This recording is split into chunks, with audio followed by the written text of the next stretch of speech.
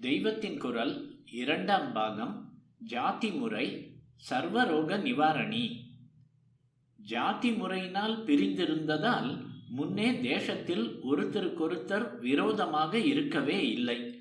இப்போதுதான் ஸ்டேட்டுக்கு ஸ்டேட், மாநிலத்துக்கு மாநிலம் குத்துப்பழி வெட்டுப்பழியாக எல்லை தகராறு, ஆற்று ஜல பங்கீட்டு தகராறு எல்லாம் ஏற்பட்டிருக்கின்றன.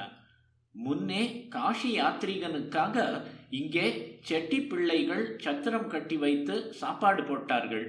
இங்கிருந்து காஷிக்கும் பத்ரிநாத்துக்கும் போகிறவனுக்காக சேட்ஜி தர்மசாலை வைத்திருந்தார். அதாவது ஈஸ்வர பக்தியால் எல்லாரும் ஒன்று சேர்ந்து இருந்தார்கள். இப்போது அது போய் பாலிடிக்ஸ், புத்திவாதம் ஆகியன அதிகமாகிவிட்டதால் தான் எல்லாமே கோளாறாகி இருக்கிறது. அதனால் கடைசியில் எல்லாவற்றுக்கும் மருந்தாக, சர்வரோக நிவாரணியாக தேசத்தில் பக்தி வளர வேண்டும் என்றுதான் பிரார்த்தனை பண்ண வேண்டும். ஜாதி ஒழியணும், ஜாதி ஒழியணும் என்று ஓயாமல் சொல்லிக் கொண்டிருப்பதால் இன்னும் ஜாஸ்தி துவேஷம்தான் உண்டாகி கொண்டிருக்கிறது.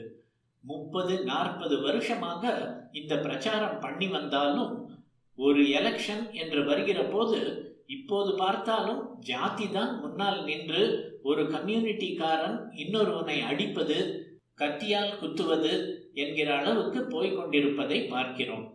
குறிப்பு: இது 1965 கூறியது.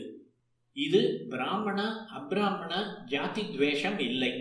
பிராமணனை நல்ல வேளையாக பாலிடிக்ஸில் இருந்து ரொம்ப தூரத்துக்கு வெளியே தள்ளி இருக்கிறது. இவனாக விலகாவிட்டாலும் மற்றவர்களாவது இப்படி கழுத்தை பிடித்து தள்ளி இருக்கிறார்களே என்று கொஞ்சம் ஆறுதலாய் இருக்கிறது. அதனால் இப்போது நடக்கிற சண்டை மற்ற ஜாதிகளுக்குள்ளேயே தான்.